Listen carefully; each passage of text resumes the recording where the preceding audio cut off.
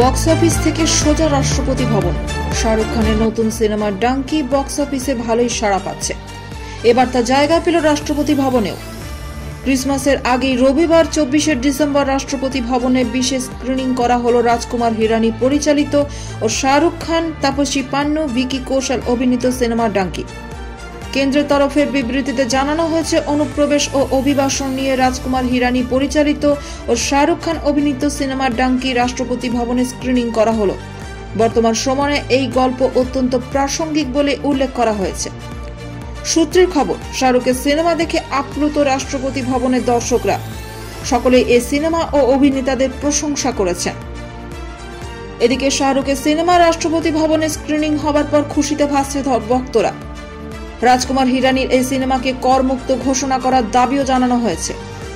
প্রসঙ্গত, big American ড্রিমে ভরসা রেখে ভারত থেকে আমেরিকা, ইউরোপে অনুপ্রবেশের যে বেআইনি ও ঝুঁকিপূর্ণ পথ রয়েছে তাই ডাঙ্কি রুট নামে পরিচিত।